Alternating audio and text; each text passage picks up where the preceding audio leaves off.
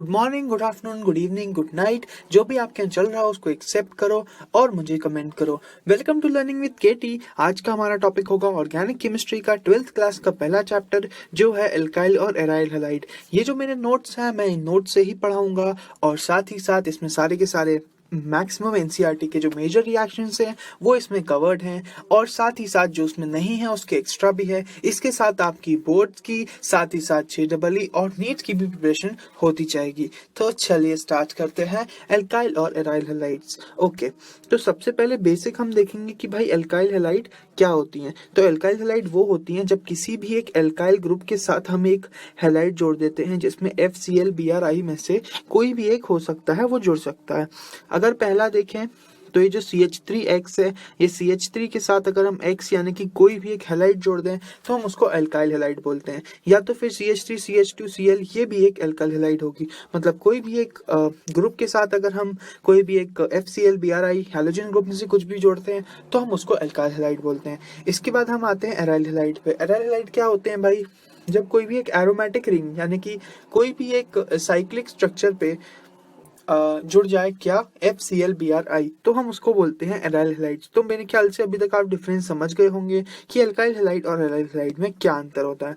तो सबसे पहले हम देखेंगे methods of preparation of alkyl halides. इसमें हम सबसे पहली मेथड जो है वो है हमारी बाय हैलोजिनेशन ऑफ एल्केन्स। मतलब कि हम एक कोई भी एल्केन में डायरेक्ट कोई हैलोजन ग्रुप हैलोजन ऐड कर देंगे तो फिर हमको एक हैलोजिनेटेड प्रोडक्ट यानी कि एक एल्काइल हैलाइड मिल जाएगा। तो सबसे पहले हम देखते हैं, हमने यहाँ पे लिया है CH3CH3 या C2H6। एक सेकेंड, यहाँ पे हमने लिया है C2H6। तो ये C2H6 में अगर हम, ठीक है, सबसे पहले हम देख रहे हैं बाय हैलोजिनेशन ऑफ एल्केन्स। इसमें हमने सबसे पहले लिया है C2H6। C2H6 में अगर हम देखेंगे, ठीक है, तो C2H6 में हमने डाला है Cl2 और हम HNu यानी कि सनलाइट के प्रेजेंस में जब ये रिएक्शन कराते हैं तो हमको एक मार्कोनिकॉफ एडेड प्रोडक्ट, या ये तो सिमेट्रिकल था तो इसमें तो कुछ भी नहीं, हमको एक प्रोडक्ट मिल जाता है और ये जो प्रोडक्ट है इसी को हम बोलते हैं एल्काइल हैलाइड और साथ में एक HCl एसिड भी हमको मिलता है। ठीक है, इसके बाद हम देखेंगे, इसके बाद इसका जो एग्जांपल नंबर 2 है वो हम देखेंगे। इसमें हमने लिया है CH3CH2CH3, साथ में इसमें हमने ब्रोमीन ऐड किया है और इसमें HNu यानी कि सनलाइट के प्रेजेंस पे हम ये रिएक्शन कराते हैं तो हमको एक मार्कोनिकॉफ एडेड प्रोडक्ट मिलता है। ठीक है, और इसमें साथ ही साथ हमको HBr मिलता है। ठीक है, अब हम देखेंगे next by addition of HX on alkane. यानी HX मतलब कोई भी एक हैलो एसिड का अगर हम रिएक्शन कराएं एल्कीन में तो फिर हमको एक हैलो एल्केन या तो फिर जिसको हम बोलते हैं एल्काइल हैलाइड वो हमको मिल जाता है। जैसे कि यहाँ पे हमने एक एल्कीन लिया है CH3CH डबल बॉन्ड CH2। इसमें हम अगर HBr ऐड करें, क्या ऐड करें, HBr, तो हमको एक प्रोडक्ट मिलेगा जिसमें Br बीच वाले कार्बन पे ऐड हो जाएगा। डबल बॉन्ड टूट करके हमको एक मार्कोनिकॉफ एडेड प्रोडक्ट मिलता है और साथ में एक एंटी मार्कोनिकॉफ का प्रोडक्ट भी मिलता है। तो जो मार्कोनिकॉफ वाला प्रोडक्ट होगा वही हमारा मेजर प्रोडक्ट होगा इस रिएक्शन का। ठीक है, नेक्स्ट हम एक रिएक्शन देखेंगे। भाई कुछ देर पहले मैंने आपको बताया था जब मैं मार्कोनिकॉफ रूल पढ़ा रहा था कि कुछ रिएक्शंस ऐसे होते हैं जिनमें हम एंटी मार्कोनिकॉफ रूल लगाते हैं। वो रिएक्शन का एग्जांपल ये है, जैसे कि अगर हम एल्कीन में HBr डालें, क्या डालें, HBr, किसकी प्रेजेंस में, H2O2 जहां पर भी आ जाता है तो यहाँ पे जो एंटी मार्कोनिकॉफ वाला प्रोडक्ट होता है वो मेजर होता है। ठीक है, तो कंपाउंड यही वाला था, ये दोनों कंपाउंड सेम है। ठीक है, लेकिन अब हम अंतर देखते हैं इनमें। ठीक है, ये दोनों कंपाउंड सेम थे लेकिन इधर पे जो हमने H2O2 के प्रेजेंस में किया तो यहाँ पे जो एंटी मार्कोनिकॉफ होगा वो मेजर हो जाएगा और जो मार्कोनिकॉफ प्रोडक्ट होगा वो माइनर बनेगा। तो ये याद करने की बात है कि H2O2 के प्रेजेंस में एंटी मार्कोनिकॉफ वाला जो प्रोडक्ट होता है वो मेजर प्रोडक्ट हो जाता है। ठीक है, okay. By halogenation of alkynes, तीसरा पार्ट हम पढ़ेंगे बाय हैलोजिनेशन ऑफ एल्काइंस। ठीक है, एल्काइंस से का हैलोजिनेशन अगर हम करा दें तो भी हमको मिल जाता है। जैसे पहला है, हमने कोई भी एक एल्काइन लिया उसमें HCl डाला यानी कि HX डाला, हैलोजिनेशन कर रहे हैं। पहले तो हमको एक एल्कीन मिलेगा जिसमें हमारा एक ही मोनो हैलो सब्स्टिट्यूटेड प्रोडक्ट मिलेगा यानी कि एक ही Cl जुड़ेगा। लेकिन फिर जब बाद में ये जो अभी ट्रिपल बॉन्ड का डबल बॉन्ड होगा पहले, फिर हमको फिर से एक HX डालना पड़ेगा वही सेम वाला। तो उसके बाद फिर हमारा क्या हो जाएगा, एक डाई हैलो सब्स्टिट्यूटेड प्रोडक्ट मिल जाएगा। एज अ फाइनल प्रोडक्ट हमको जो मिलेगा वो होगा एक डाई हैलो सब्स्टिट्यूटेड प्रोडक्ट किससे? बाय हैलोजिनेशन ऑफ एल्काइन से, ठीक है। इसके बाद हम देखेंगे फिर से हमने वही लिया है, इस बार हमने उसमें Br2CCl4 के प्रेजेंस में डाला है। क्या डाला है? Bromine in the presence of CCl4। तो पहले वाले में हमको मिल गया क्या? अब हमने पिछली बार में क्या डाला था? HCl, इसीलिए H और Cl जुड़ा था। बट इस बार हमने क्या किया है? डायरेक्ट ब्रोमीन डाल दिया है, तो हमको एक डाई सब्स्टिट्यूटेड ब्रोमीन पहले ही मिल गया, ठीक है। इसके बाद हमें इसका ये वाला जो डबल बॉन्ड है ये भी तोड़ना है, तो इसके लिए हमको फिर से ब्रोमीन और साथ में CCl4 डालना पड़ेगा। तो जैसे ही हम डालेंगे तो इस बार 4 सब्स्टिट्यूटेड प्रोडक्ट मिलेगा, मतलब कि ब्रोमीन जो होगा वो 4 जगह या 4 ब्रोमीन ऐड होंगे एज अ प्रोडक्ट में, ठीक है। तो ये भी हमको एक हैलो एल्केन मिल गया, ठीक है। नेक्स्ट हम देखेंगे कि भाई ये जो हमने अभी लिया था इसमें अगर हम क्लोरीन डाल दें CCl4 के प्रेजेंस में, तो हमको डबल बॉन्ड में भी, यानी कि एल्काइन में अभी हम एल्काइन देख रहे थे ट्रिपल बॉन्ड, अगर हम एल्कीन में Cl2 डालें CCl4 के प्रेजेंस में, तो भी हमको क्या मिल जाता है? डाई सब्स्टिट्यूटेड प्रोडक्ट, ठीक है। तो ये रिएक्शन एक्चुअली एल्कीन का है, ठीक है, ये रिएक्शन एल्कीन का है, ओके, ठीक है। तो मेरे ख्याल से यहाँ तक अभी क्लियर होगा, ठीक है। तो हम नेक्स्ट पेज पे मूव ऑन करते हैं अब, ठीक है। नेक्स्ट पेज पे लिखा है भाई from alkyl halide from alkyl halide, यानी कि एल्काइल हैलाइड से ही एल्काइल हैलाइड बनाना। तो इसका पहला आता है नामचीनी रिएक्शन है, कौन सा है? नामचीनी रिएक्शन है, इसको हम कौन से कलर से कर दें? ग्रीन से कर देते हैं। नामचीनी रिएक्शन है, इसका नाम है कोनेट फिंकलस्टीन रिएक्शन। क्या है? Connate Finkelstein reaction. ये किसमें क्या होता है? इसमें हम लेते हैं कोई भी एक क्लोरोएल्केन, क्या लेंगे? क्लोरोएल्केन। क्लोरोएल्केन में अगर हम मिलाएं क्या मिलाएं? NaI, सोडियम आयोडाइड, किसके प्रेजेंस में?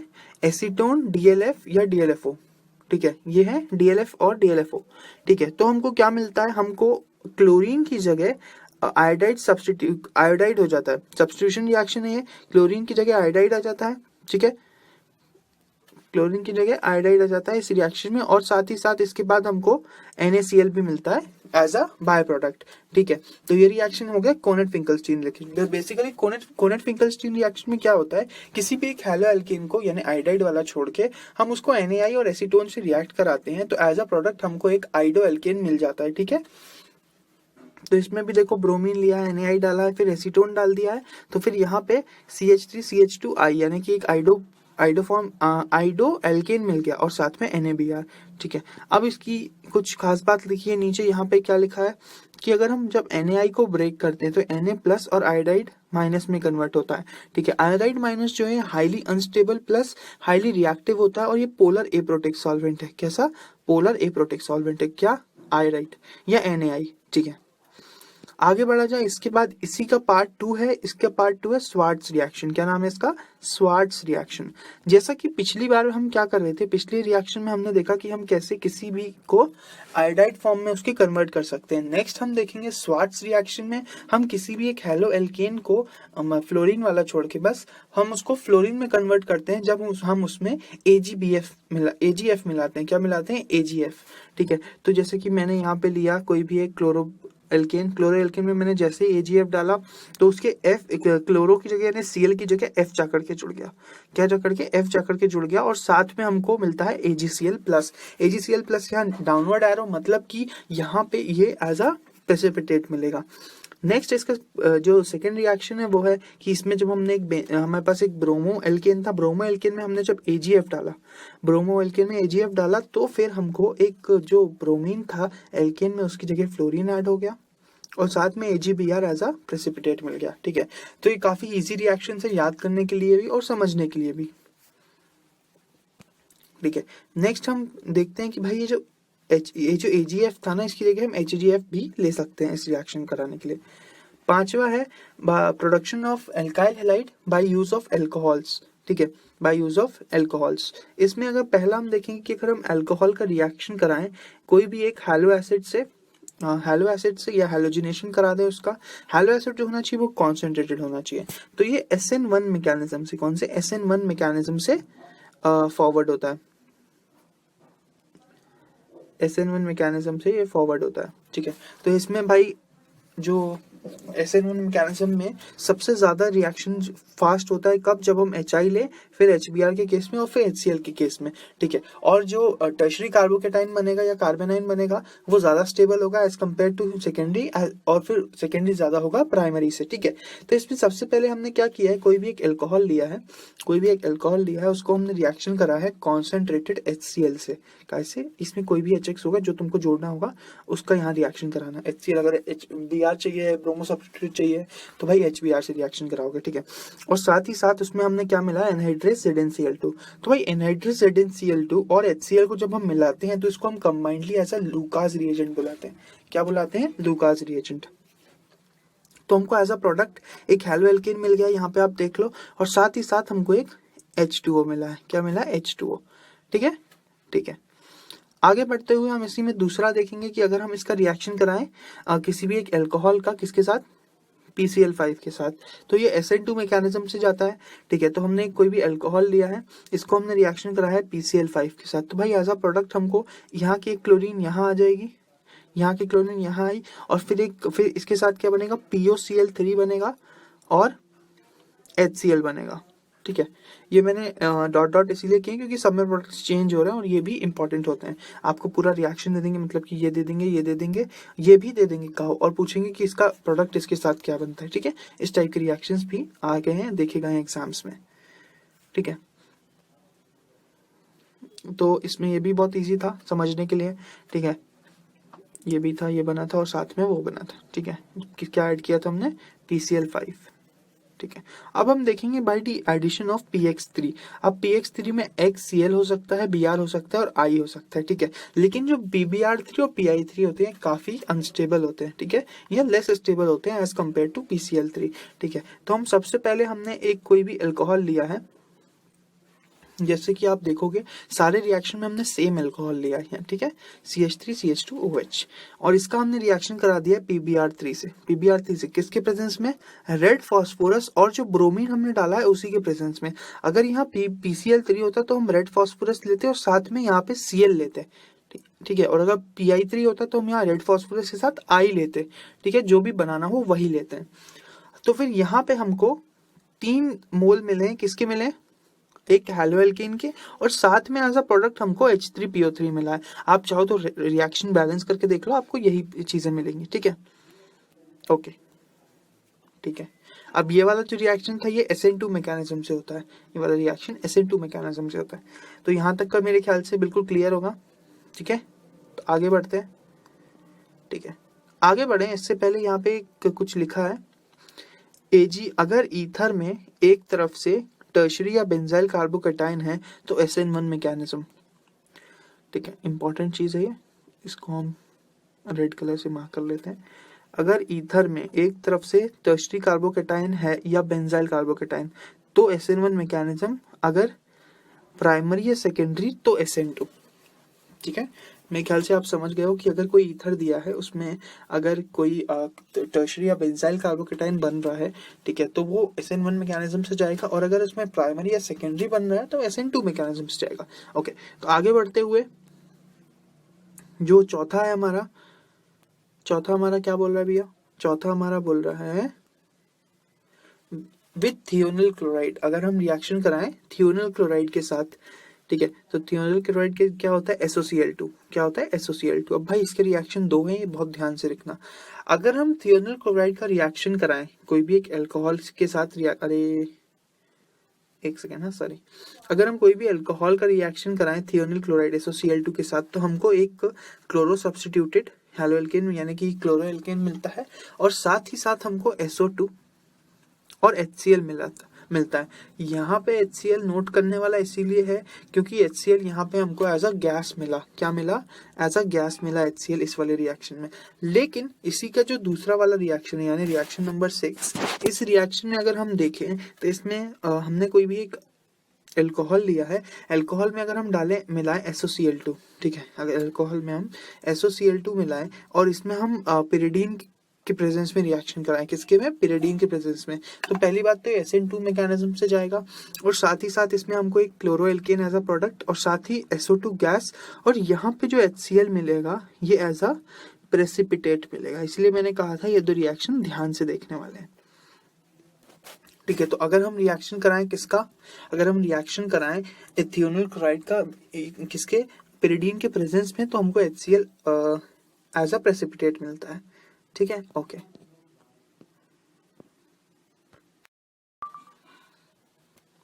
नेक्स्ट हम देखेंगे नंबर 6 बाय ईथर्स। ठीक है, इसमें क्या होता है कि जो भी ईथर होता है हम उसको बीच से क्लीव करते हैं। ठीक है, जैसे कि पहला जो है इसमें लिखा है क्लीवेज बाय HX, तो हम कोई भी एक हैलो एसिड डाल करके, जैसे कि ये हो गया एक ईथर ROR', ठीक है, इसको हम क्लीव करेंगे कोई भी एक हैलो एसिड डाल के, जैसे कि ये इसका हैलोजिनेशन करके, जैसे कि इसमें अगर हम HX डालें कॉन्सेंट्रेटेड। ठीक है, तो भाई इसमें क्या होता है, इसमें RX बनता है।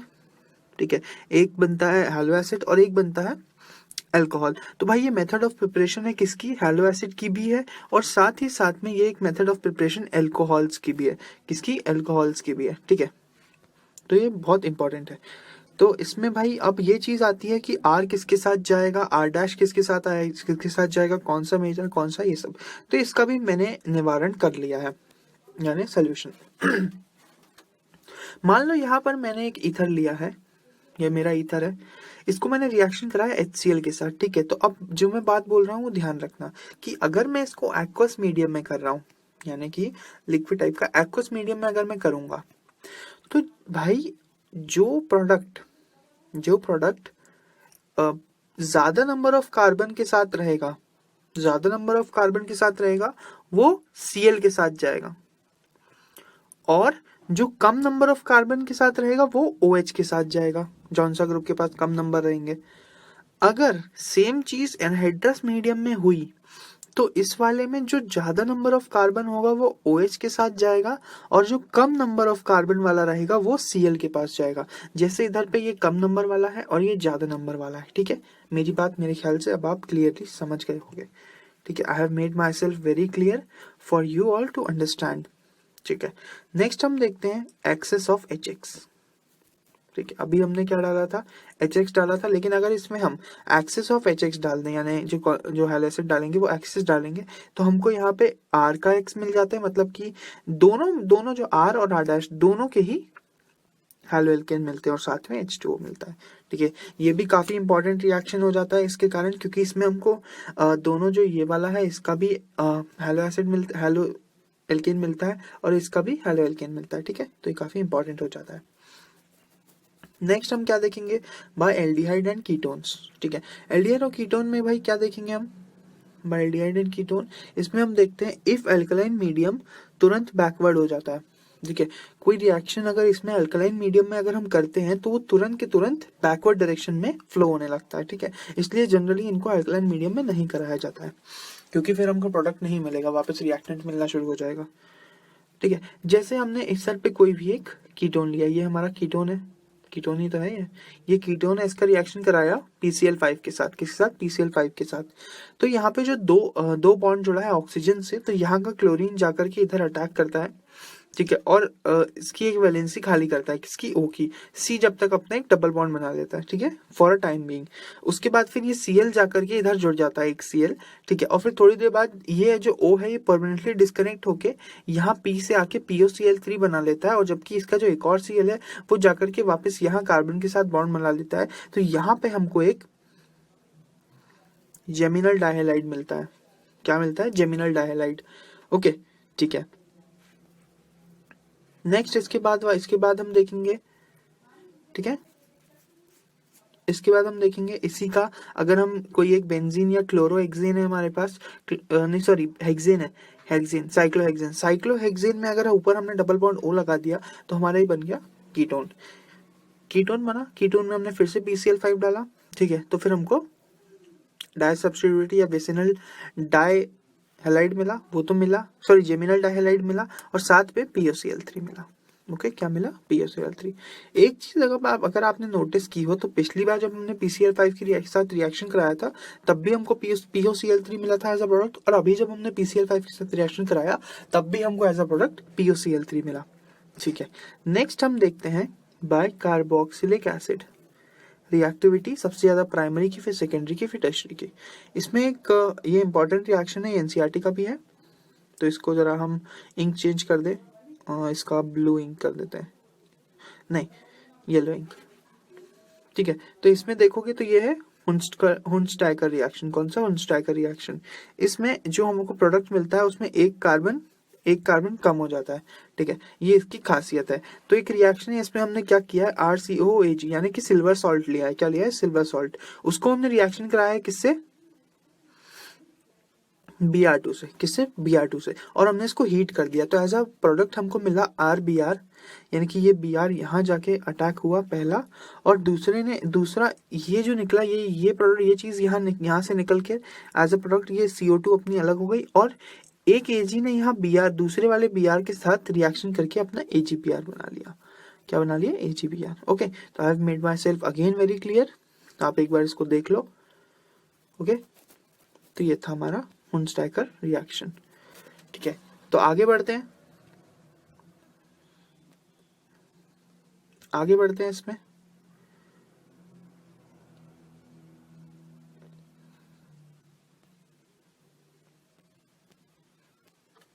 ठीक है, तो इसमें आगे बढ़ते हैं।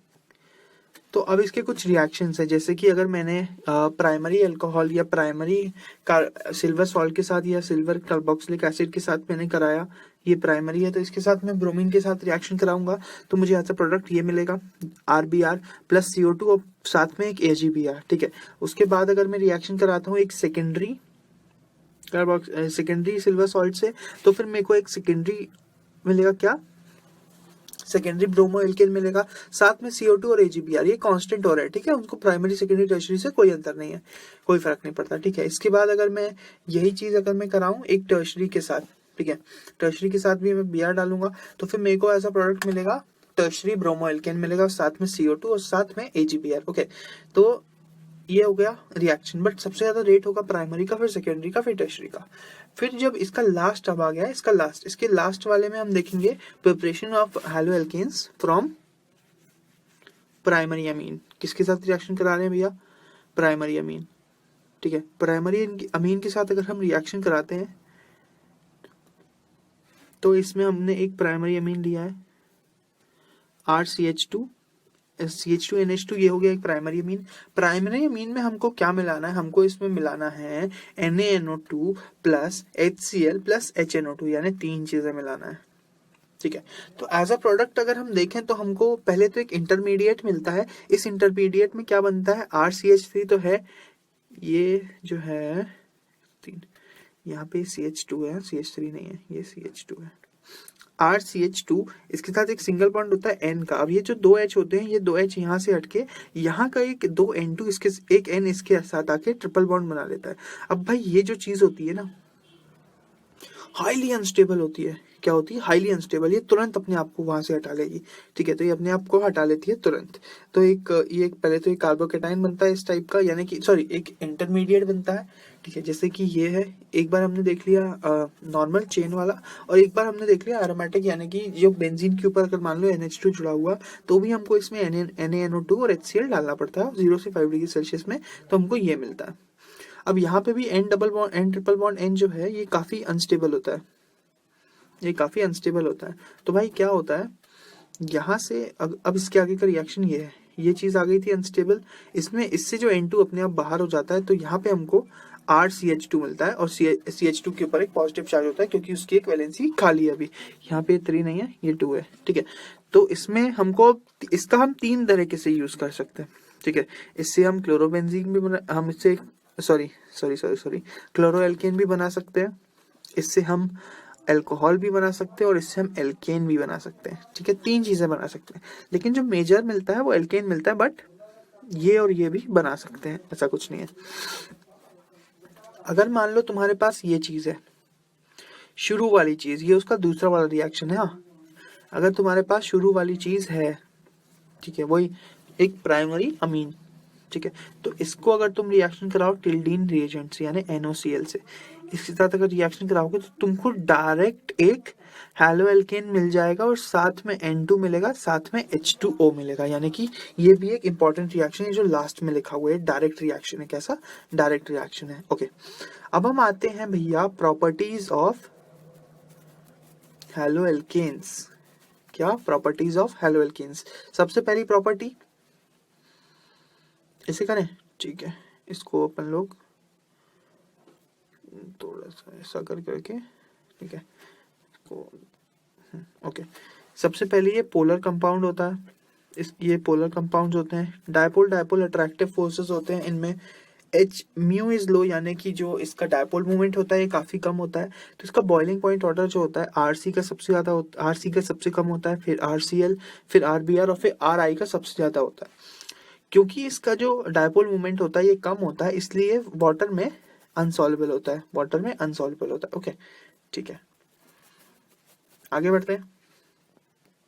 ये तो फिजिकल प्रॉपर्टीज थी, इसमें क्या समझने का है, ठीक है। अब हम बात करते हैं इसके कुछ रिएक्शंस की, जिनको हम बोलते हैं न्यूक्लियोफाइल सब्स्टिट्यूटेड रिएक्शन, ठीक है। इनमें सबसे पहले हम देखते हैं कि भाई कोई भी एक आरएक्स लिया है, इसमें जब ये ब्रेक होता है तो जो आर होता है यानी कि जो एल्काइल ग्रुप होता है उसके पास एक डेल्टा पॉजिटिव चार्ज आता है, और जो एक्स होता है उसके पास एक डेल्टा नेगेटिव चार्ज आता है। और साथ ही साथ इसके साथ एक जो न्यूक्लियोफाइल आता है, न्यूक्लियोफाइल इस पे जब अटैक करता है तो ये जो न्यूक्लियोफाइल होता है ये आर के साथ जुड़ जाता है, और एक्स जो है वो अपना अलग घूमता है। एक्स जो है वो बाकी जो जैसे न्यूक्लियोफाइल एच के साथ जुड़ा है, ठीक है, तो वो एच के साथ रिएक्शन करके एच एक्स या जो कुछ भी है वो बना लेता है, ठीक है। तो बेसिकली ये सारे रिएक्शन सेम होते हैं। तो मैं जो रिएक्शन होंगे इनका इनिशियल पार्ट नहीं लिखूंगा, मतलब कि मैं यहाँ पे ये नहीं लिखूंगा, मैं डायरेक्ट ये न्यूक्लियोफाइल लिखूंगा। मैं क्या लिखूंगा मैं वो बताता हूँ, मैं न्यूक्लियोफाइल लिखूंगा और डायरेक्ट ये प्रोडक्ट लिखूंगा बस, ठीक है, ओके, ठीक है। तो आगे बढ़ते हैं। सबसे पहले हम देखेंगे अल्कोहल से। अगर हम किसी भी एक एल्केन में, सॉरी किसी भी एक हेलो एल्केन में क्या डालें, अल्कोहल डालें एक्वस सॉल्यूशन में, तो हमको एज अ प्रोडक्ट एक अल्कोहल मिल जाता है। सॉरी सॉरी सॉरी, ऐसा नहीं, ऐसे नहीं, ऐसे नहीं, ऐसे नहीं। अगर हमको किसी भी एक हेलो एल्केन से अल्कोहल बनाना है तो फिर हम उसमें क्या डालेंगे एज अ न्यूक्लियोफाइल, जिसमें OH निकल रहा हो, ठीक है, एक्वस सॉल्यूशन में डालेंगे तो ROH बन जाएगा, ठीक है। इसके बाद हम देखते हैं अगर हमको एल्किल साइनाइड चाहिए हो यानी कि CN चाहिए हो, ठीक है। अब भाई ये थोड़े ध्यान से देखना है, एल्किल साइनाइड के लिए कोई भी एक ऐसा ग्रुप डालेंगे जिसमें न्यूक्लियोफाइल होगा CN माइनस। अगर ये KCN के प्रेजेंस में है, भाई याद रखना, अगर ये KCN के प्रेजेंस में है तो हमको RCN मिलेगा या एल्किल साइनाइड मिलेगा। लेकिन अगर हमको चाहिए एल्किल आइसोसाइनाइड, क्या चाहिए, एल्किल आइसोसाइनाइड। एल्किल आइसोसाइनाइड के लिए फिर से हमको रिएक्शन के लिए न्यूक्लियोफाइल तो यही चाहिए होगा CN माइनस, लेकिन इस बार हम इसको कराएंगे AgCN की प्रेजेंस में। किसकी, AgCN की प्रेजेंस में। तो एज अ प्रोडक्ट हमको एल्किल आइसोसाइनाइड मिलेगा। अब भाई साइनाइड में क्या होता है, जो C होता है वही बॉन्ड होता है एल्काइल ग्रुप से, और वही फिर वो N से बॉन्डेड होता है। लेकिन आइसोसाइनाइड में जो N होता है वो बॉन्डेड होता है डायरेक्टली एल्काइल ग्रुप से और फिर C से, ठीक है। तो ये अंतर हो गया दोनों में। अब फिर से अगर हमको एल्किल नाइट्राइट चाहिए, क्या बनाना है, एल्किल नाइट्राइट, तो इसके लिए हमको रिएक्टेंट लेना पड़ेगा यानी कि न्यूक्लियोफाइल लेना पड़ेगा NO2 माइनस, और इसमें जो हम लेंगे एज अ रिएजेंट या KNO2 के प्रेजेंस में हमको इसमें रिएक्शन कराना पड़ेगा, किसमें, KNO2 के प्रेजेंस में। तो फिर एज अ प्रोडक्ट हमको मिलेगा एल्किल नाइट्राइट। क्या मिलेगा, एल्किल नाइट्राइट। एल्किल नाइट्राइट में R होता है, उससे फिर O बॉन्डेड होता है, फिर N और फिर डबल बॉन्ड O, ये होता है एल्किल नाइट्राइट। लेकिन हमको नाइटर एल्केन अगर चाहिए, क्या चाहिए, नाइटर एल्केन, तो इसमें हम NO2 माइनस, फिर से हमारा जो न्यूक्लियोफाइल रहेगा वो तो सेम रहेगा, लेकिन इसमें हम किसके, AgNO3 के प्रेजेंस में रिएक्शन करवाएंगे।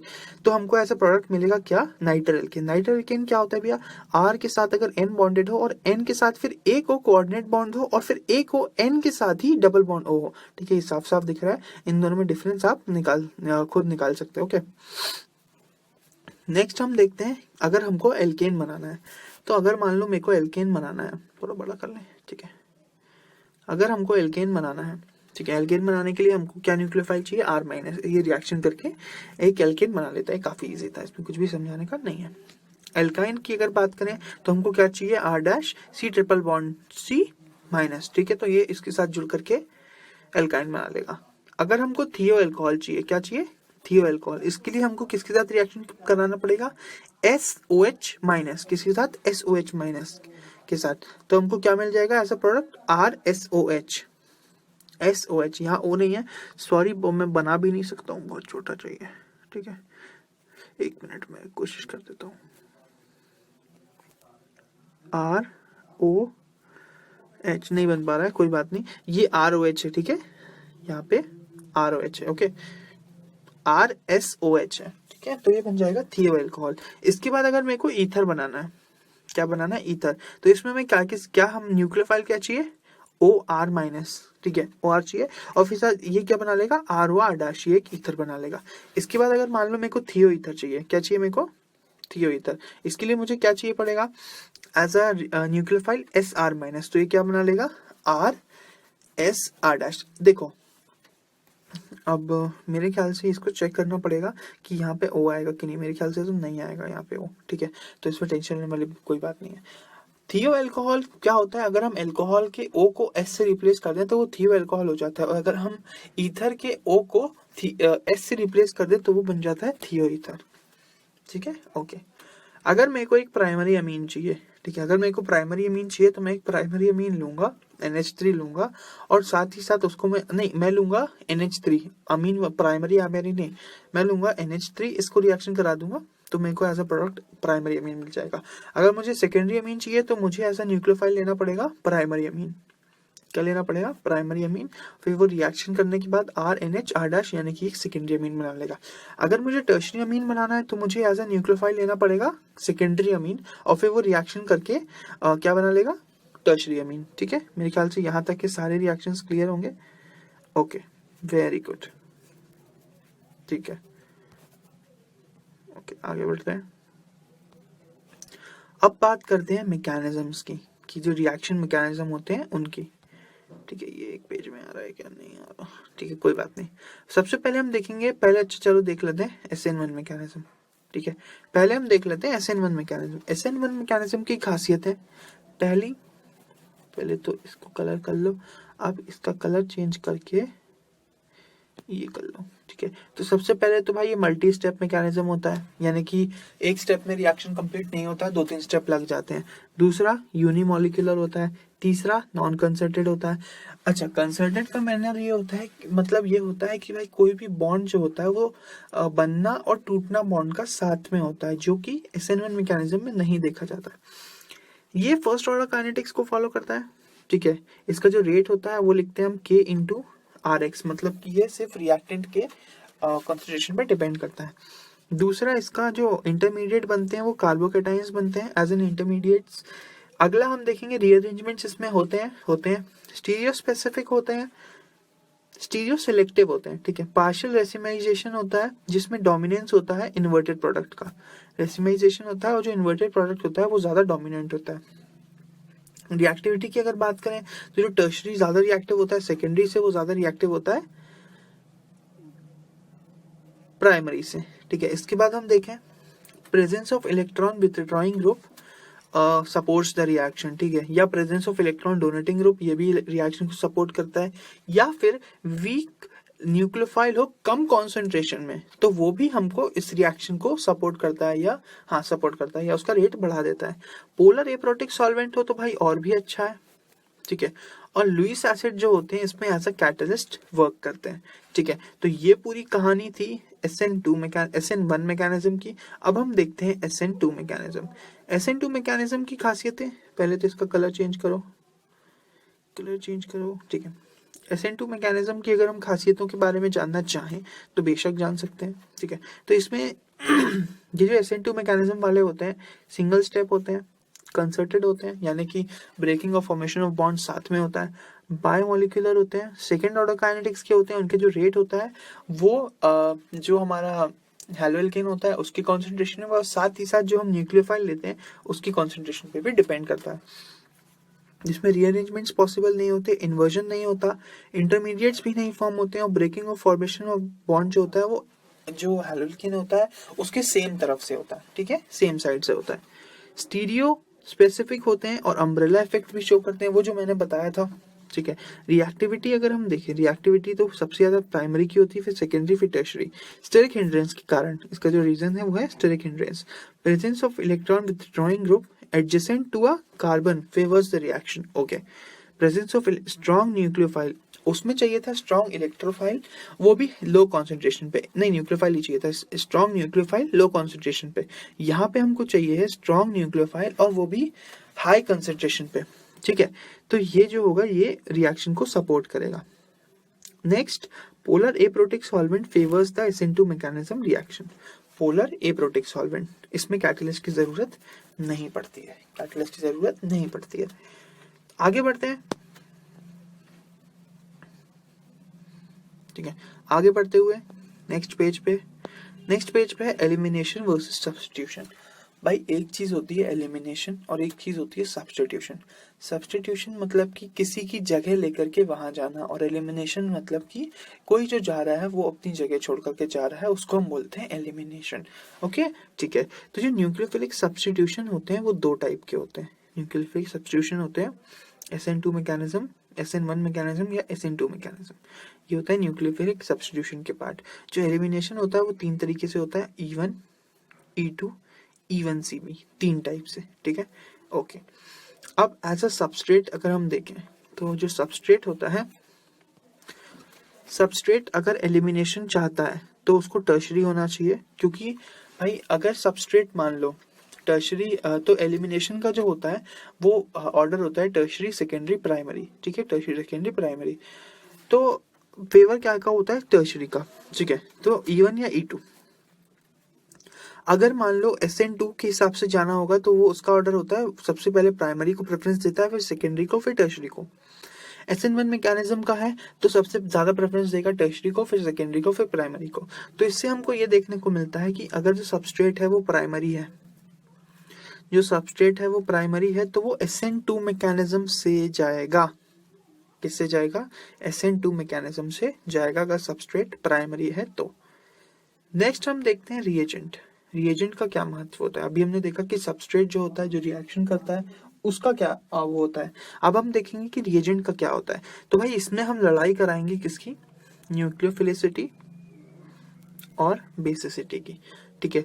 तो इसमें हम ये देखेंगे अगर कोई किसी की बेसिसिटी ज्यादा है तो वो एलिमिनेशन शो करेगा, और अगर अगर किसी की न्यूक्लियोफिलिसिटी ज्यादा है तो वो सब्स्टिट्यूशन शो करेगा। अब भाई value of Ka is inversely proportional to basicity. ये याद करने वाली बात क्या है, वैल्यू ऑफ Ka यानी कि K of acid is inversely proportional to basicity, मतलब कि जिसका K ज्यादा होगा वो ज्यादा एसिडिक होगा। अब भाई न्यूक्लियोफिलिसिटी क्या होता है, ठीक है। The tendency of an anion to suffer distortion of electron cloud of cation is called polarizability. Now use Fayon's rule for nucleophilicity, ठीक है। भाई ये क्या बोलता है कि भाई जो टेंडेंसी होती है किसी भी एक एनायन की डिस्टॉर्शन सफर करने की, किससे, किसी एक कैटायन की इलेक्ट्रॉन क्लाउड से, इसको बोलते हैं पोलराइजेबिलिटी। और इससे फिर हमने जो केमिकल बॉन्डिंग में पहले ही पढ़ चुके हैं, या आप लोगों ने जरूर पढ़ा होगा, कि फिर उससे हम रिलेट कर सकते हैं न्यूक्लियोफिलिसिटी को। ओके, ठीक है, ठीक है। तो आगे बढ़ते हैं, इसमें आगे बढ़ते हैं तो बेसिसिटी क्या होता है भाई, basicity of its conjugate base pair, जो हमने अभी सबसे पहले देखा था किसमें, concepts of acids and bases में। तो इसमें हम क्या पढ़े थे, उससे हमने कॉन्जुगेट पेयर वगैरह सब देख लिया था। If negative charge on same atom, if negative charge on same atom, then the order of nucleophilicity and basicity is same, ठीक है। कहने का मतलब ये कि भाई यहाँ पे देखो R O के ऊपर माइनस चार्ज है और H में भी O के ऊपर माइनस चार्ज है, तो इसका जो न्यूक्लियोफिलिसिटी और बेसिसिटी का ऑर्डर होगा ये सेम आएगा, ठीक है। ये ऑर्डर जो आएगा वो सेम आएगा। ओके, आगे बढ़ते हैं। अब भाई इसका जो ऑर्डर होता है ये कुछ इस टाइप से होता है कि जो ई मैकेनिज्म है उसमें सबसे ज्यादा सपोर्ट होता है R माइनस, फिर NH3 माइनस, और उसके बाद RO माइनस। इसके बाद जो SN मैकेनिज्म से जाते हैं उनका जो ऑर्डर होता है कुछ इस टाइप से होता है कि सबसे पहले OH, फिर Cu माइनस, फिर CH माइनस, फिर NH2, और फिर NH2 ही लिखा है, पता नहीं, यहाँ तक देखो, ठीक है, NH2 लिखा है, ठीक है। ये होता है SN मैकेनिज्म का प्रेफरेंस ऑर्डर। क्या, प्रेफरेंस ऑर्डर, या प्रेफरेंस ऑर्डर कह लो, या कि ये वाले रिएक्टेंट जो होते हैं ये ई मैकेनिज्म देते हैं, और ये वाले जो होते हैं ये हमको देते हैं SN मैकेनिज्म। Okay, okay. अब हम देखते हैं कि भाई टेम्परेचर का क्या लफड़ा रहता है, ठीक है। तो अगर टेम्परेचर जो है, अगर जो टेम्परेचर है वो हाई है तो ई मैकेनिज्म देगा, और लो टेम्परेचर है तो SN मैकेनिज्म देगा, ठीक है। सॉल्वेंट, सॉल्वेंट का क्या, सॉल्वेंट तो भाई बहुत इंपॉर्टेंट होता है, ठीक है। तो सॉल्वेंट दो टाइप का होता है, एक होता है पोलर प्रोटिक सॉल्वेंट, एक होता है पोलर एप्रोटिक सॉल्वेंट, ठीक है। तो भाई पोलर एप्रोटिक, पहले हम देखेंगे polar protic solvent. Polar protic solvents में जो न्यूक्लियोफिलिसिटी का ऑर्डर होता है तो वो कैसा होता है, सबसे ज्यादा होता है I माइनस का, फिर Br माइनस का, फिर Cl माइनस का और फिर F माइनस का, ठीक है। लेकिन फिर अगर हम बात करें इसका, हम अगर बेसिसिटी का ऑर्डर देखेंगे तो इसका जस्ट उल्टा होता है, मतलब कि F माइनस की सबसे ज्यादा, फिर Cl माइनस की, फिर Br माइनस की, फिर I माइनस की। इसके बाद हम देखेंगे polar aprotic solvents. Polar aprotic solvents, इसमें अगर हम इसकी न्यूक्लियोफिलिसिटी देखेंगे, ठीक है, इसमें इनकी न्यूक्लियोफिलिसिटी और बेसिसिटी का ऑर्डर सेम होता है, यानी कि सबसे ज्यादा F की, फिर Cl माइनस की, फिर Br माइनस की और लास्ट में I माइनस की। ओके ओके तो इसके जो पार्ट 2 है इसमें हम स्टार्ट करेंगे haloform reactions. So we will continue haloform reactions from our next part. तब तक के लिए थैंक यू और मिलते हैं हमारी नेक्स्ट वीडियो इसके पार्ट 2 में। ये जो हैलोफॉर्म रिएक्शंस होते हैं इनकी कुछ बेसिक और नेसेसरी कंडीशंस होती हैं। इसकी एक कंडीशन ये है कि अगर हमारे पास मेथिल कीटो ग्रुप है, क्या है क्या हमारे पास मेथिल कीटो ग्रुप। अब मेथिल कीटो ग्रुप क्या होता है भाई, मेथिल यानी तो CH3 होता है, ठीक है। तो अगर CH3 C डबल बॉन्ड हो, ये हो गया keto group, C double bond हो, इसके साथ अगर यहाँ पे R या H है इस पोजीशन पे, या तो R होना चाहिए या तो H होना चाहिए, तो ये जो कंपाउंड है ये देगा क्या, हैलोफॉर्म रिएक्शंस के लिए एज ए रिएक्टेंट हम इसको यूज़ कर सकते हैं। और दूसरा होना चाहिए, या तो इसकी अगर ये नहीं है तो इसकी जगह होना चाहिए मेथिल अल्कोहल ग्रुप। क्या होना चाहिए, मेथिल अल्कोहल। ये एक अल्कोहल है मेथिल पे, और इधर पे या तो H हो या तो कोई एक R ग्रुप हो, ठीक है।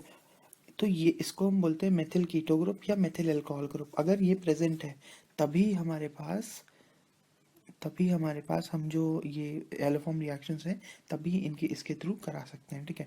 तो इसकी जो बेसिक इक्वेशन वो ये होती है कि हम यहाँ पे कोई भी एक मेथिल अल्कोहल या मेथिल कीटो ग्रुप लेते हैं, उसका रिएक्शन कराते हैं एक हैलोजन से रिएक्शन कराने के बाद हम इसमें एक स्ट्रॉन्ग बेस डालते हैं, यानी कि जिसमें कि हमें OH मिल जाए, स्ट्रॉन्ग बेस, ठीक है। तो एज अ प्रोडक्ट हमको मिलता है एक हैलोफॉर्म CHX3।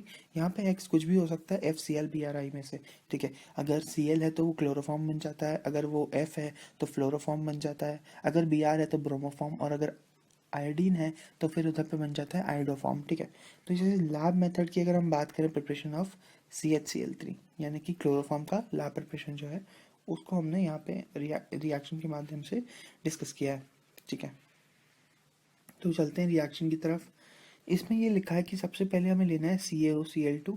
उसमें हम अगर वाटर डालें H2O के साथ, उसका रिएक्शन कराते हैं तो CaOH होल ट्वाइस और साथ में Cl2 मिलता है। क्या मिलता है, CaOH होल ट्वाइस और Cl2। अब भाई मैं ये बाद में बताऊंगा कि ये CaOH होल ट्वाइस का यूज़ क्या है। इसके बाद हमने इधर लिया है एक methyl alcohol group. Methyl alcohol group लिया है, उसके साथ हमने रिएक्शन कराया है Cl2 क्लोरीन का। इसका ऑक्सीडेशन होगा, क्या होगा इसका ऑक्सीडेशन होगा। तो यहाँ पे एज अ प्रोडक्ट हमको मिलेगा एक एल्डिहाइड, ठीक है, और प्लस 2HCl, ठीक है। यहाँ पे हमको मिलेगा एक एल्डिहाइड। फिर ये जो एल्डिहाइड है, एल्डिहाइड का रिएक्शन फिर से कराना पड़ेगा एक्सेस ऑफ क्लोरीन में, ठीक है। तो यहाँ पे हमको मिलेगा एक हैलोजिनेशन रिएक्शन। हैलोजिनेशन के कारण क्या होगा, ये वाला जो कार्बन है, ठीक है, ये वाला जो कार्बन है इसके जो 3 H होंगे उसकी जगह 3 क्लोरीन लग जाएंगे, तो एज अ प्रोडक्ट हमको मिलेगा क्लोरल। क्लोरल एक कंपाउंड होता है जिसका फॉर्मूला होता है CCl3CHO, ठीक है, जिसमें CCl3CHO इसका फॉर्मूला होता है क्लोरल का। इसके साथ साथ हमको मिलेगा 3HCl, ठीक है। इसके बाद जो होगा, ये जो हमारा क्लोरल बना है, ठीक है, जो हमारा क्लोरल बना है इसको हम रिएक्शन कराएंगे COH वोल्ट वाइज से, जो हमारा यहाँ पर बना था, ठीक है। इसको हम रिएक्शन कराते हैं तो इधर पे हाइड्रोलिसिस होता है। हाइड्रोलिसिस का प्रोडक्ट होता है 2CHCl3 क्लोरोफॉर्म, जो हमको बनाना था। साथ में इसके मिलता है कैल्शियम फॉर्मिक एसिड। तो as a reaction, as a question ये भी आ जाता है कि जब हम क्लोरोफॉर्म का रिएक्शन करते हैं लैबोरेटरी प्रिपरेशन मेथड से तो उसमें हमको बाय प्रोडक्ट क्या मिलता है, तो उसका आंसर हो जाएगा कैल्शियम फॉर्मिक एसिड। ओके, तो रिएक्शंस को ध्यान से देख लो। ओके, ठीक है। पहले हमने COH बनाया, फिर हमने रिएक्शन करा के एक एल्डिहाइड बनाया, फिर उसके बाद एल्डिहाइड का रिएक्शन करा के क्लोरल बनाया, और फिर क्लोरल से फाइनली हमने बना लिया क्लोरोफॉर्म, ठीक है। इंडस्ट्रियल मेथड इसका कुछ खास नहीं है। इसमें हम इसका रिएक्शन कराते हैं, NaCl का हाइड्रोलिसिस करते हैं तो वो Na और Cl में टूटता है, ठीक है। इसके बाद फिर हम क्या करते हैं, 2H2O। फिर हमारे पास यहाँ से इस रिएक्शन से हमारे पास क्या क्या आ जाता है, हमारे पास क्लोरीन गैस मिल जाती है और हमारे पास एक स्ट्रॉन्ग एसिड OH का भी प्रेजेंस जो ऊपर ज़रूरी है वो हो जाता है। ठीक है, तो इसके थ्रू हम इससे बना सकते हैं क्लोरोफॉर्म। ठीक है, क्लोरोफॉर्म इससे बना सकते हैं 2NaCl plus H2O gives NaOH plus Cl2 plus H2। यहाँ से हमें फ़ायदा क्या है कि हमको एक स्ट्रॉन्ग बेस मिल रहा है और हमको क्लोरीन मिल रही है, जिसके माध्यम से हम इसका रिएक्शन बना सकते हैं। ठीक है, क्लोरोफॉर्म बना सकते हैं। तो ये होती है lab industrial method of preparation of chloroform. ठीक है, अब भाई हम ये जो क्लोरोफॉर्म रिएक्शन हमने किया था, हम उसका मैकेनिज्म देखते हैं। यहाँ पे हमने कोई भी लिया है मेथिल कीटो ग्रुप, इसका अगर हम रिएक्शन कराएं न्यूक्लियोफाइल से, ठीक है, तो इसमें क्या होता है कि यहाँ से एक बॉन्ड यहाँ का टूटता है, किसका, O और C के बीच का, और ये न्यूक्लियोफाइल जाके इसमें जब अटैक करता है तो यहाँ का एक बॉन्ड टूटता है O और C के बीच का। तो O की इक्विवेलेंसी खाली एक बॉन्ड टूट जाता है तो इसके पास एक माइनस चार्ज आ जाता है और न्यूक्लियोफाइल जाके C से जुड़ जाता है। इसके बाद कोई एक इलेक्ट्रोफाइल आता है, कोई एक इलेक्ट्रोफाइल आके इस पे अटैक करता है O पे, इसकी वैलेंसी सेटिस्फाई कराने, तो ये O के E के साथ बॉन्ड बना करके अपनी वैलेंसी सेटिस्फाई कर लेता है। ठीक है, ओके। नेक्स्ट हम देखते हैं कि अगर मान लो कोई भी एक अल्फा, ये कोई भी एक एल्डिहाइड हो गया, कोई भी एक एल्डिहाइड हो गया, इसका अगर रिएक्शन कराएं न्यूक्लियोफाइल से तो वही चीज़ हुई है जो मैंने पिछली बार में बताई थी। O की वैलेंसी खाली हुई, फिर E ने अटैक किया, फिर O और E के बीच में बॉन्ड बन गया। ठीक है, नेक्स्ट देखते हैं। ठीक है, क्या था ये, ओके। अब मैकेनिज्म देखते हैं भाई, इसका मैकेनिज्म क्या है। ठीक है, समझते हैं भाई। सबसे पहले हमने यहाँ पे लिया है मेथिल मेथिल कीटो ग्रुप। इसमें हम अगर रिएक्शन कराएं कोई बेस का, स्ट्रॉन्ग बेस का, तो वो यहाँ से ये वाला H खींच लेता है। क्या खींच लेता है, ये H खींच के इसके साथ H2O निकले के बाहर हो जाता है। तो भाई यहाँ पे जो ये CH2 होता है, इसके पास एक पॉजिटिव चार्ज आ जाता है। फिर याद करो हमने क्लोरीन डाला था, तो जब हम क्लोरीन डालते हैं तो ये Cl आता है, वो इधर पे ऐड हो जाता है। ठीक है, लेकिन क्योंकि स्ट्रॉन्ग बेस था, रिएक्शन स्ट्रॉन्ग बेस था हमारे सॉल्यूशन में, तो वो स्ट्रॉन्ग बेस जा करके अब दूसरे एच पे अटैक करेगा। ठीक है, अब दूसरे एच पे अगर ये अटैक करेगा तो इससे वैसे हाइड्रोजन लेके खुद H2O के रूप में यहाँ बाहर हो जाएगा। ठीक है, फिर इसके बाद हमने फिर से क्लोरीन डाला था, वो भी एक्सेस में था, तो वो क्लोरीन जाके फिर वो C की वैलेंसी सेटिस्फाई कर देगा, तो हमको एक जेमिनल डाइक्लोराइड मिल गया। ठीक है, यहाँ पे हमको एक जेमिनल डाइक्लोराइड मिल गया। अब जो है, अब फिर से OH वही काम करेगा। अब जो OH है वो जो तीसरा एक इकलौता हाइड्रोजन बचा था, इसके पास वो ये वाला OH यहाँ से खींच के खुद H2O लेके बाहर हो जाएगा।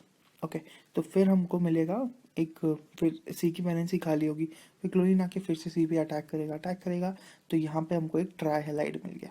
क्या मिल गया, यहाँ पे हमको एक ट्राईहेलाइड मिल जाएगा। ठीक है, जिसको हम बोलते हैं क्लोरल। ठीक है, क्या था chloral, CCl3 CH3 CH3 C double bond O CCl3। ठीक है, ये था क्लोरल। अब भाई ये जो क्लोरल होता है, इसमें मान लो मैंने OH से रिएक्शन कराया, फिर से स्ट्रॉन्ग बेस से रिएक्शन कराओगे जब, तो जैसे मान लो मैंने उसका रिएक्शन कराया CH3COOH। ठीक है, ये बन गया कुछ इस टाइप से। फिर इस ये कुछ इस टाइप से टूट जाता है। ठीक है, यहाँ का जो ये था, इसने मान लो अपना एक बॉन्ड तोड़ा और यहाँ पे OH जाके ऐड हो गया डायरेक्ट। ठीक है, अभी हमने डायरेक्ट OH ऐड कर दिया यहाँ पे और ये वाला बॉन्ड तोड़ दिया है। ठीक है, तो यहाँ पे हमको ये मिल जाएगा। अब इसके साथ ये यही है इधर पे, अब ये क्या करेगा, ये जो पूरा पूरा बन गया था फिर ये डबल बॉन्ड फिर से बन जाएगा यहाँ वाला। ठीक है, तो अब ये जो बना था ना, ये भाई ये जो 3 क्लोरीन होते हैं, ये काफ़ी ज़्यादा अनस्टेबल चीज़ बनती है CCl3। ठीक है, CCl3 बहुत अनस्टेबल होता है, इसलिए फिर यहाँ से ये H अपना इससे ले लेता है, तो ये H अपना ले लेता है इससे, तो फिर ये फाइनली हमको CCl3H HCCl3 या CHX3 फॉर्म का एक ये बन दे देता है। ये बन गया हमारा क्लोरोफॉर्म और इसके साथ में CH3COOH बनता है, ये बन गया हमारा फॉर्मिक एसिड। ठीक है, तो ये काफ़ी इजी रिएक्शन था समझने के लिए। ओके, 3 बार हमने इसका OH पे अटैक करवाया, 3 बार इसका। ठीक है, और 3 बार OH पे अटैक करवा करके हमने 3 बार इसको क्लोरीन दिया और क्या बनाया था, क्लोरल बनाया था। उसके बाद क्लोरल को हमने रिएक्शन करवाया किससे, फिर से OH से या स्ट्रॉन्ग बेस से। ठीक है, 4 बार रिएक्शन कराया स्ट्रॉन्ग बेस से। ठीक है, ओके, आगे बढ़ते हैं। The trihalogen gives their plus I as so increase the acidity and thus makes carbanion very good living agent. जो ट्राइहाइलोजन होता है वो अपना प्लस आई इफेक्ट देता है। जैसे मैंने बताया था कि वो बहुत अनस्टेबल होता है। क्यों होता है? प्लस आई इफेक्ट के कारण वो अपना आई इफेक्ट देता है और उसकी एसिडिटी को इंक्रीज कर देता है। भाई एसिडिटी को इंक्रीज करेगा तो जो कार्बेनाइन होता है ना उसको बहुत ही अच्छा लिविंग एजेंट बना देता है। तो समराइज ये छोटा सा इक्वेशन जो हम इसका लिखते हैं वो ये है कि हमने इधर कोई भी अल्फा मिथिल कीटो ग्रुप ले लिया या अल्फा मिथिल अल्कोहल ग्रुप ले लिया, उसका रिएक्शन करा दिया 4 NaOH क्योंकि क्यों क्योंकि हमें जो OH था वो हमें 4 बार चाहिए था और यहाँ 2Cl2, ठीक है 2Cl2, तो ऐसा प्रोडक्ट हमको मिलता है CHCl3 यानी क्लोरोफॉर्म, फिर CH3COONA एक सोडियम का सॉल्ट मिलता है प्लस 3 NaCl, ठीक है प्लस 3 NaCl। ठीक है, तो अब हम स्टार्ट करते हैं क्लोरल। क्लोरल का फॉर्मूला जैसा कि हमने अभी देखा था पिछले में कि ये होता है, अभी थोड़ी देर पहले देखा था तो वो था CCl3CHO, ठीक है CCl3CHO ये होता है क्लोरल। भाई क्लोरल की एक प्रॉपर्टी होती है कि वो अपने हाइड्रेट फॉर्मेशन करता है यानी कि हाइड्रेट्स बनाता है। ठीक है, मान लो मैंने कोई क्लोरल लिया, ये मैंने क्लोरल लिया, कोई नहीं एक ही क्लोरल है, ये क्लोरल लिया, इसका रिएक्शन कराया H2O से, तो भाई इसके जो यहाँ पे क्या होता है, इसका जो ये वाला बॉन्ड ब्रेक होता है O के साथ, O के साथ बॉन्ड ब्रेक होके O के साथ एक H जुड़ जाता है और एक OH पूरा पूरा जुड़ जाता है। तो यहाँ पे हमको जेमिनल नहीं, हाँ जेमिनल डाई अल्कोहल मिलता है यानी कि या इसको हम बोलते हैं क्लोरल हाइड्रेट। इसका जो फॉर्मूला होता है, इसका फॉर्मूला हम लिखते हैं CCl3CHO.H2O। ठीक है, इसका जो स्ट्रक्चर होता है वो कुछ इस टाइप का होता है कि यहाँ ये वाला जो H है वो इसके O इसके साथ, और ये वाला जो नहीं H ये Cl के साथ, और ये वाला एक H इस Cl के साथ हाइड्रोजन बॉन्डिंग करता है। ये FON नहीं है फिर भी ये हाइड्रोजन बॉन्डिंग कर रहा है, तो ये केस थोड़ा याद करने वाला है। ठीक है, कि यहाँ पे हाइड्रोजन बॉन्डिंग हो जाती है। नेक्स्ट हम देखेंगे प्रिपरेशन ऑफ DDT। ये बहुत ही इंपॉर्टेंट है, 12th क्लास में कई बार क्वेश्चन आता है कि आप DDT के प्रिपरेशन का इक्वेशन लिखो। तो भाई DDT का फुल फॉर्म मेरे ख्याल से क्या होता है पता नहीं, मैं बाद में देख के बता दूंगा। ठीक है, यहाँ पे हमने एक क्लोरल लिया है CCl3CHO। ठीक है, इसका रिएक्शन हमने कराया है एक क्लोरोबेंजीन के साथ, किसके साथ? क्लोरोबेंजीन के साथ, और साथ ही साथ हमने यहाँ पे एक एसिड का प्रेजेंस लिया है और उसको हीट किया है। तो इधर पे जो CCl3 है, CCl3 मतलब कुछ बहुत अच्छा सा एडिशन हुआ है इसमें कि यहाँ जो HO है ये O हट गया है, O हट गया है, और ये जो दोनों चीज़ें हैं वो इसके साथ जाके ये वाले C पे अटैच हो गई हैं। कौन से? ये आगे वाले C पे, इस पे अटैच हो गई हैं जाके, तो ये हमको मिल जाता है DDT। DDT का फॉर्मूला यही होता है, शायद से होता है dichloro diphenyl phenyl dichloro diphenyl trichloro methane, ऐसी कुछ होता है, ऐसी कुछ होता है शायद से, ट्राइक्लोरो ईथेन ऐसी कुछ होता है, पता नहीं। अब हम नेक्स्ट देखेंगे टोसाइलेट्स और मेसोलेट्स। ठीक है, ये भी एक इम्पॉर्टेंट होता है, तो अभी आपने अगर ना पढ़ा हो तो रुकिए मैं आपको बता दूंगा। तो अगर हम कोई भी एक अल्कोहल का रिएक्शन कराएं, कोई भी एक अल्कोहल का रिएक्शन कराएं किसी एक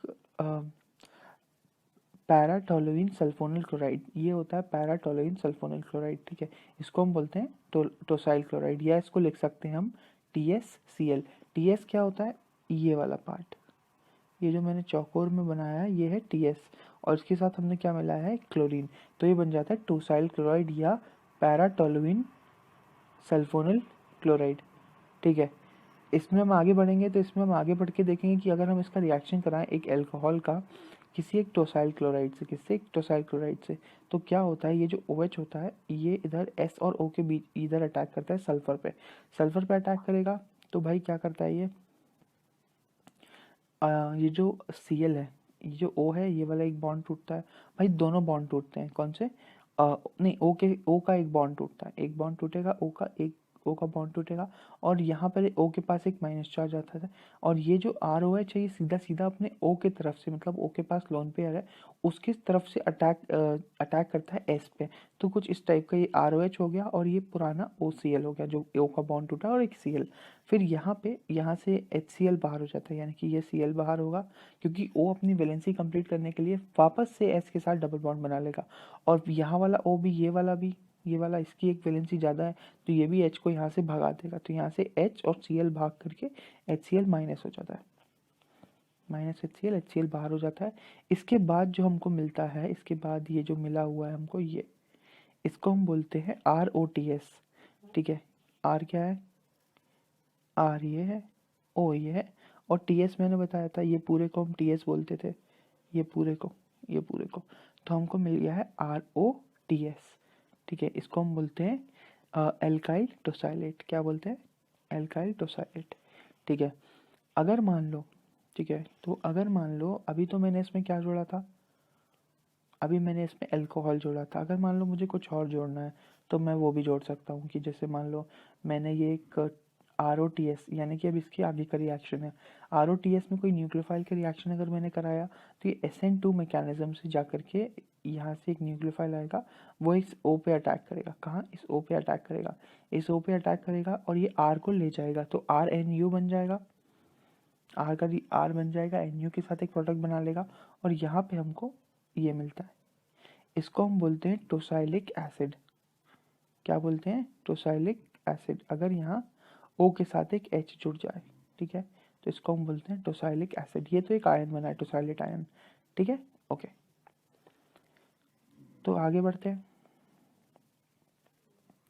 अब मान लो अब यहाँ का ये जो पुराना वाला रिएक्शन था उसको हमने कैसे लिखा हुआ है। ठीक है, यहाँ पे हमने एक अल्कोहल लिया है, ये अल्कोहल लिया है, अल्कोहल का रिएक्शन करा दिया THCl से। THCl मतलब वही टोसाइल क्लोराइड। तो अभी वो जो पुराना रिएक्शन हम पूरा लिखते थे और उसका छोटा वर्जन ये वाला है, पूरा रिएक्शन शुरू से आखिरी तक। ठीक है, ओके। अब एक और चीज़ आती है, अब टोसाइलेट था, मेसोलेट भी था, मेसोलेट भी था, तो अब वो पढ़ते हैं। ठीक है, इसमें हमने क्या किया, ROH का रिएक्शन करा दिया। अब पिछली बार हमारा SO2Cl के साथ क्या था, एक बेंजीन था। इस बार SO2Cl के साथ हमारे पास सिर्फ एक मेथल ग्रुप है, CH3 है। ठीक है, तो ये जो इसके साथ जब हम रिएक्शन कराते हैं, ठीक है, इसके साथ जब हम रिएक्शन कराते हैं, ये हो गया मेसोलेट आयन। ठीक है, इसके साथ जब हम रिएक्शन कराएंगे तो फिर से वही होगा कि ये वाला O का ये वाला बॉन्ड ब्रेक होगा।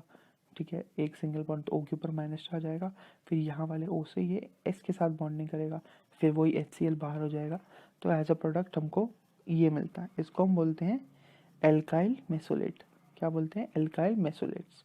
इसको अगर हम न्यूक्लियोफाइल से रिएक्शन कराएंगे, न्यूक्लियोफाइल से, तो यहाँ पर हमारे पास एक मेसोलेट आयन बनेगा, ये है मेसोलेट आयन,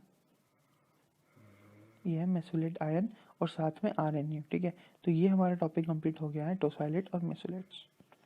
ओके, अब हम देखते हैं एराइल हैलाइड्स। क्या देखेंगे? Aryl halides.